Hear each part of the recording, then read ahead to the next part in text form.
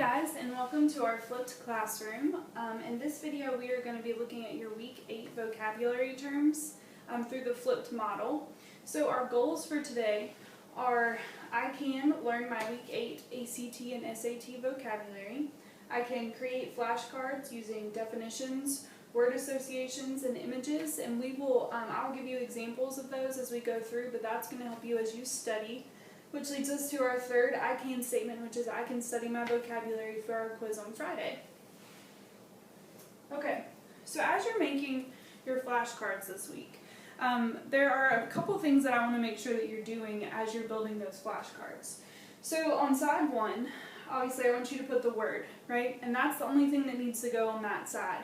On side 2, just the other side, there's going to be 3 things on there. You're going to put a brief definition, and we want to keep it brief just so it's easy for you to remember.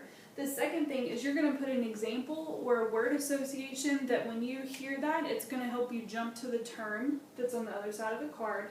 And then you're going to draw an image, and I've drawn some of my beautiful art for you guys today that'll, again, if you see that image, it'll help you remember the term and the definition.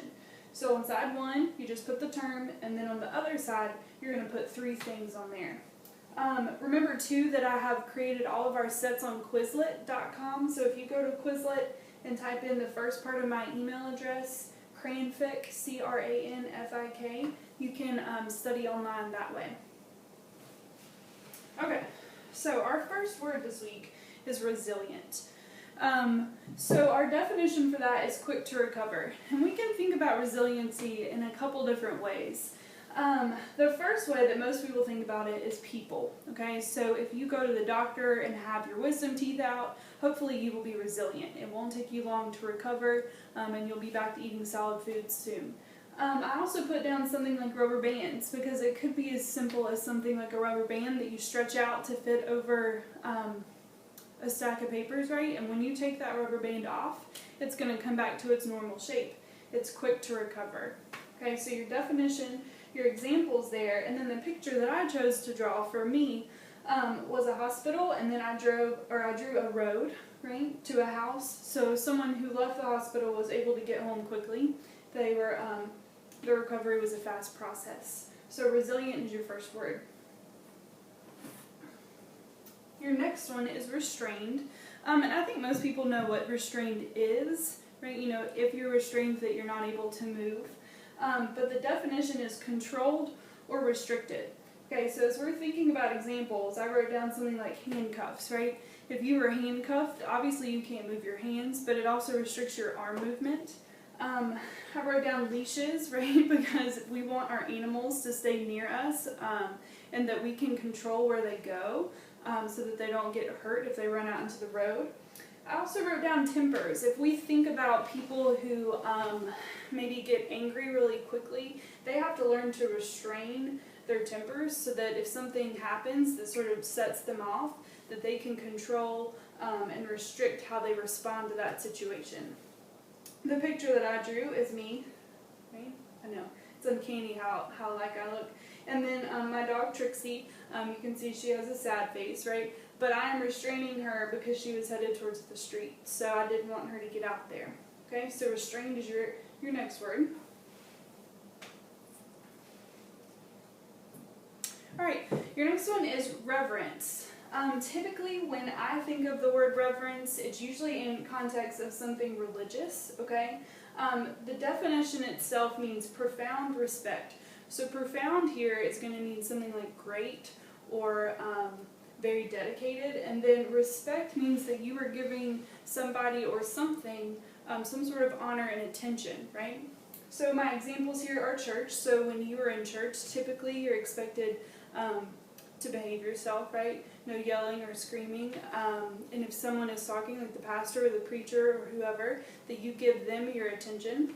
I also wrote down leaders. So you can think about just in general, teachers, professors, world leaders like our president. We have reverence for the work that they do because they have a lot of work to do and they work really hard for a lot of different people. And then the third thing that I put down there was athletes, right? So we're in the postseason of the MLB. We're also in football season, and so a lot of us have reverence for the hard work and the athleticism that a lot of those people display. So the picture that I drew is a church. There's two people standing down here. The girl, her little bubble says blah blah, like she's just sort of jabbering on, and then somebody else is reminding her to be quiet, right? They've asked her to be more respectful for this church area. So again, your word is reverence. All right, your next word is kind of wonky. It's pronounced sagacity. So it's a weird word, but it means in its just basic form, wisdom, okay? So examples of that, think about people that you know that have wisdom. You ask your teachers questions, your college professors. You also ask people like your parents questions, or experienced people. And so experience here could mean someone who has worked for 30 years in a profession. Experience could mean that they've traveled a lot, right?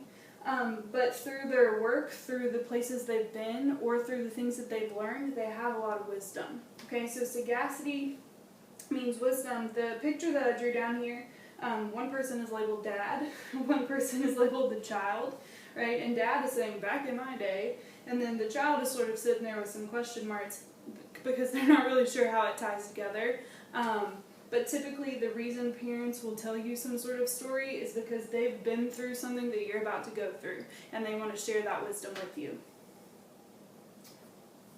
Alright, your next word is scrutinize.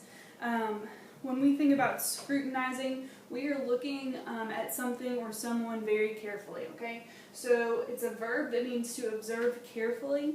So you're looking at details, you're looking at things that could be important for a bigger question.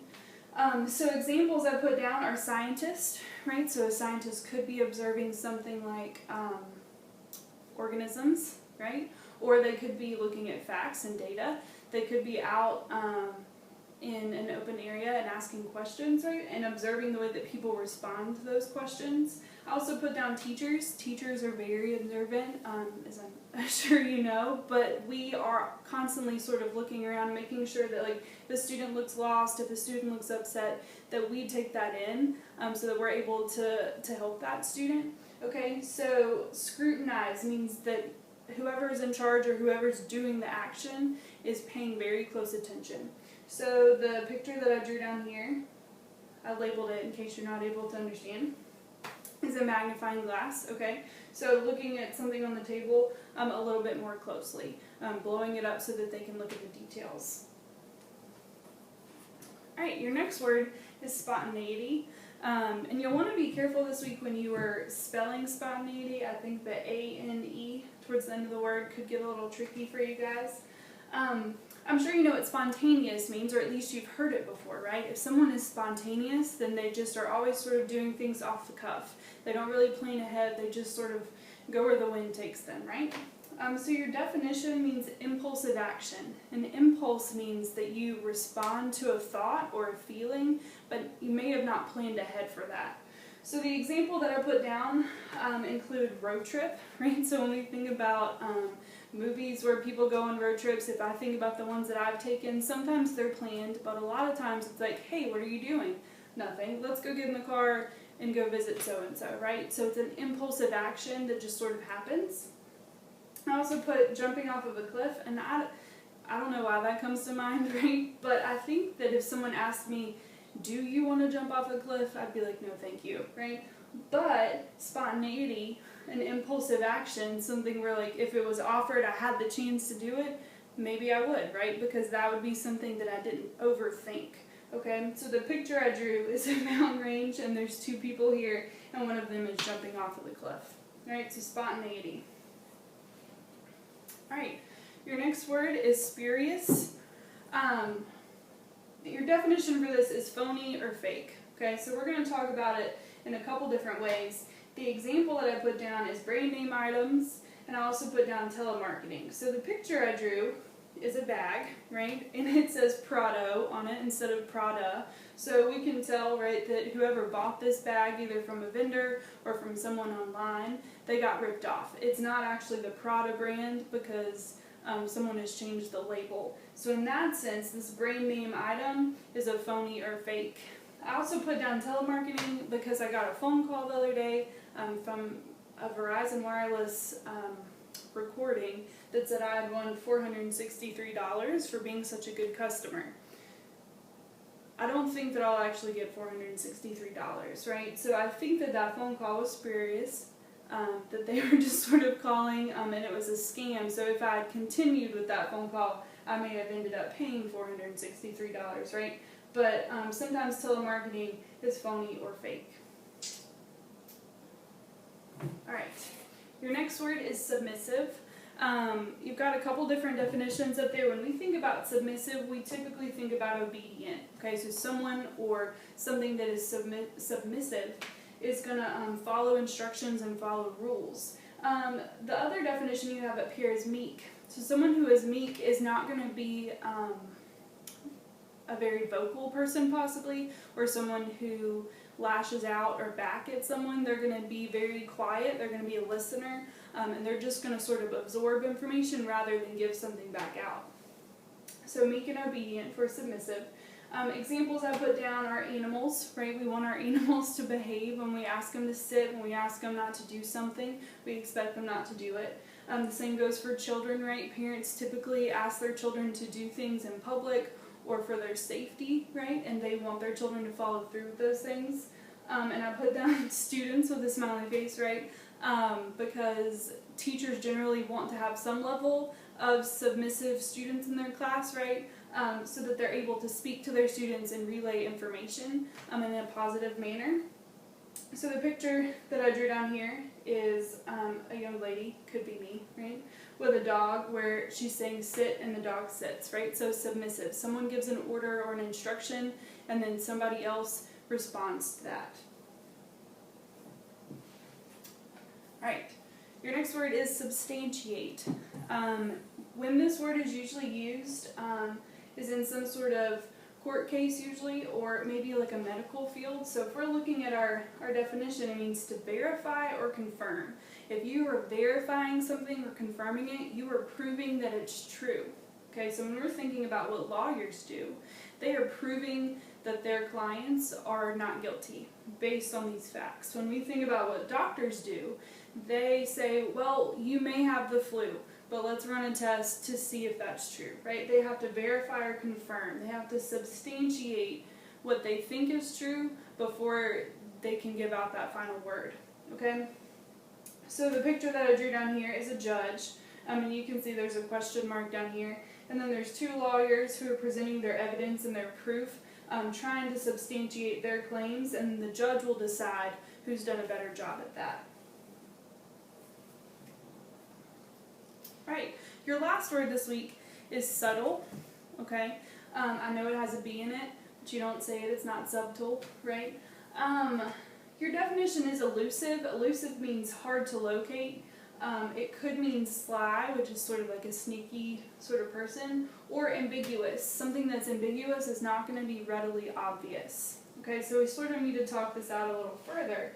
Examples that I put down are conversations. If you go to the mall with your friend and you see somebody wearing something that you think is really tacky, right? You don't yell out, hey, look at that kid over there in that orange jumpsuit, right? You would say, hey, check out the kid at 9 o'clock, right? Because that's more subtle. It's not obvious, okay?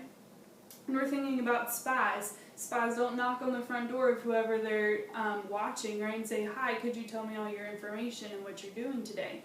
They sort of sleuth around, right? They sneak around and find out information. They're elusive because you never know exactly where they are, what their location is, and they're sly, okay? The picture that I put down on our board, it says Miss Cranfield's room, it's got the doorknob, and then it says squeak off to the side. If you've ever tried to sneak into my class, you know that the door is really noisy. So if you were trying to sneak in, you would not be subtle, right? Because there would be no way you could come in without someone noticing that you were there. Okay, so subtle means that you are not obvious, that you are trying to keep something on the DL a little hush-hush, okay?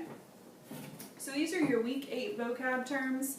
Like I said, please review this video again. If you just want to review the terms, you can also go to Quizlet, and then you can use the flashcards that you've created in class to help you study for your quiz on Friday.